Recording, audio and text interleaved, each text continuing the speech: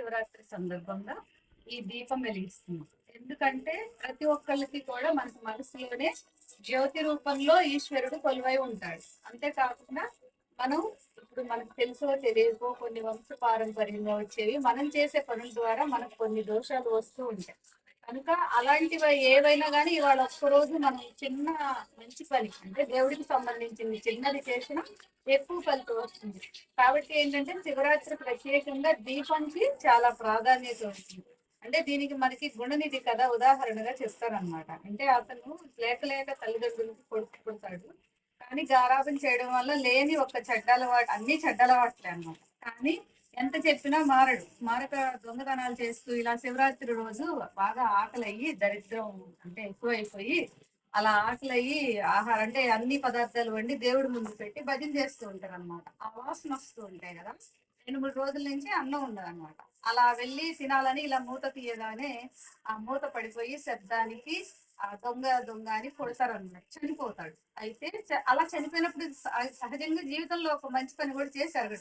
అందువల్ల అతనికి యమదూతలు వస్తారు అన్నమాట తీసుకెళ్తానికి. కానీ శివదూతలు వచ్చి ఇతను నాకు అర్హుడు అంటే మేము తీసుకెళ్ళాలి అంటే ఎలా అంటే ఇలా దీపం వెలిగించాడు అంటే అక్కడ చీకటిగా ఉంటుందని తన పవిట పైన ఉన్నటువంటి ఉత్తరాయణ చెంగు వెలిగిస్తాడు. అంటే అది కనపడటానికి ఆహార పదార్థం అంటే ఇక్కడ మనం ఏం అర్థం చేసుకోవాలంటే తెలియక చేస్తేనే అంత పుణ్యం వచ్చింది. కాబట్టి మనం తెలుసుకుని చేస్తే చాలా పుణ్యం వస్తుంది. అంతేకాకుండా నమశివాయ అంటే మనకి ఇప్పుడు మనం ప్రతిదీ కూడా మనం చేసే పూజలు కానీ మనం చేసే పని కానీ అన్ని పంచభూతాత్మకమై ఉంటాయి. అంటే ఇప్పుడు నా అంటే నభము అంటే ఆకాశం అన్నమాట. ఇప్పుడు మనం అంటే ఇప్పుడు ధ్యానం చేస్తాం, ఏదైనా ఏ పూజ అయినా చూడండి, ధ్యానం అంటే ఆకాశానికి గుర్తు. అలాగే మరుస్తు అంటే గాలి అన్నమాట. మనం గాలి పీల్చుకొని వదలడం అది ఉంటేనే కదా ఏదైనా చేయగలుగుతాం.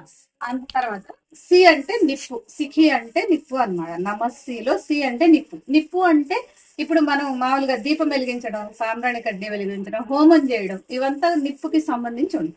వా అంటే వారి అన్నమాట. వారి అంటే జలము. ఇప్పుడు మనం మంత్రాలు వచ్చినా రాకపోయినా పూజ మొదటి నుండి చివరి వరకు కూడా ఇప్పుడు నీళ్లతోనే చేస్తాం కదా.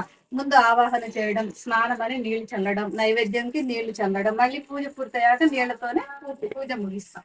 తర్వాత యా అంటే పృథ్వీ అన్నమాట. అంటే భూమి మీద ఉండేటటువంటి మనకి లభించే ఈ పుష్పాలు, కాయలు, ఆకులు వీటితోనే మనం ఏ దేవుడినైనా పూజిస్తాం. సహజంగా ఇప్పుడు నేను చెప్పిన దాన్ని బట్టి మీరు మీరు ఒకసారి అర్థం చేసుకోండి. అంటే మనం ఆలోచిస్తే మనకు అదే తెలుస్తుంది. కాబట్టి నమశివాయ అనే ఈ పంచాక్షరి మంత్రానికి ఇంత ప్రాధాన్యత ఉంటుంది. దానికి ఈశ్వరుడే కొలువై ఉంటాడు.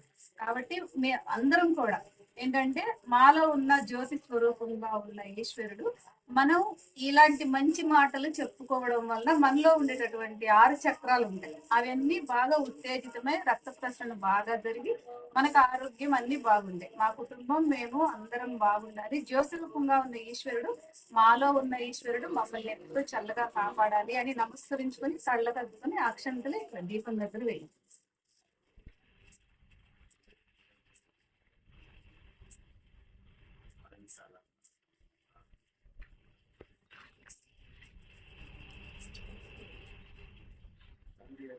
అందరూ ఒకసారి చెప్తాం. जय बोलो बोला शंकर भगवान की, जय बोलो बोला शंकर भगवान की, जय बोलो बोला शंकर भगवान की। ओम नमः शिवाय, ओम नमः शिवाय, ओम नमः शिवाय, ओम नमः शिवाय, ओम नमः शिवाय, ओम नमः शिवाय।